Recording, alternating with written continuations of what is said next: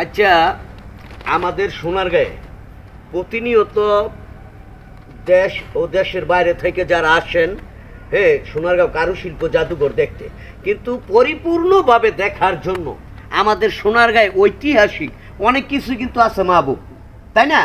কিন্তু যারা আসেন তারা শুধু জাদুঘরের উদ্দেশ্যেই আসেন, হ্যাঁ, কিন্তু আরও যে অনেক কিছু দেখার আছে তারা কিন্তু জানেও না, যেটা হ্যাঁ এই মুহূর্তে তুমি জানো মাহবুব।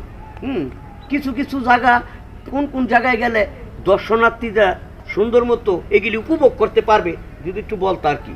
আপনি ভালো একটু প্রশ্ন করছেন। আসলে হ্যাঁ। কি অনেকে তো অনেক স্টোরি সম্বন্ধে জানে না। হ্যাঁ, তো আমি যতটুকু জানি, আমি যেহেতু আমি এলাকার, আমার বাপদাদাদের জন্ম এই সোনারগাঁই। হ্যাঁ, তবে সোনারগাঁ দেখতে হলে অনেকে গাইড নিয়ে আসে, অনেকে গাইড পায় না, অথচ গাইড তো সবাই সব কিছু স্টোরি সম্বন্ধে অবগত না। অবশ্যই। তবে সোনারগাঁ দেখতে হলে আমার যতটুকু ধারণা, সর্বপ্রথম তাদের আসতে হবে সুলতান গিয়াসউদ্দিন আজম শাহ, যিনি বাংলার স্বাধীন সুলতান ছিলেন।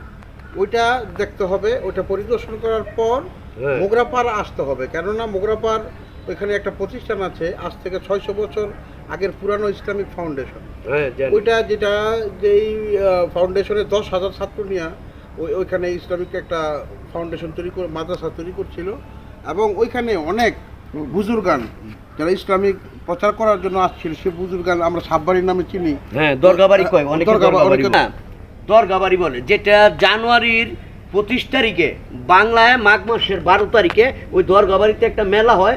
হ্যাঁ, ঢাকা, পুরান ঢাকা থেকে বিহারিরা আসে, হ্যাঁ, প্রতি বছরই। কিন্তু আরো অনেক কিছু জানা আছে মাহবুব, তুমি এটা যদি একটু বলতা। এটা তো বললামই যে দরগাবাড়ি ওইখানে একটা প্রাচীনতম একটা প্রতিষ্ঠান আছে। ওইখানে হ্যাঁ। 10,000 ছাত্র নিয়ে ওই প্রতিষ্ঠানটা গড়ে তোলা হয়েছিল।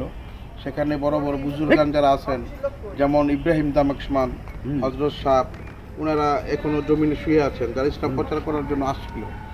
ওইটাও কিন্তু একটা নিজস্ব স্থানের ভিতরে পড়ে।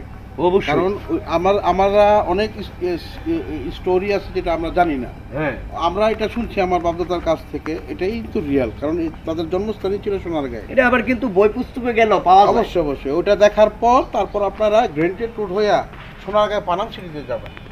সোনারগাঁ পানাম সিটিটা দেখবেন, ওইখানে যারা নীল চাষ করতো ওই তৎকালীন আমলে, হ্যাঁ। ওই নীল চাষ যারা করতো তাদের যে ব্যবসায়িক কেন্দ্র ছিল পানামনগর। হুম। ওই পানামনগরে কিছু কিছু ভবন আছে, যেমন একটা নীলকুঠি ভবন এখনও দাঁড়িয়ে আছে।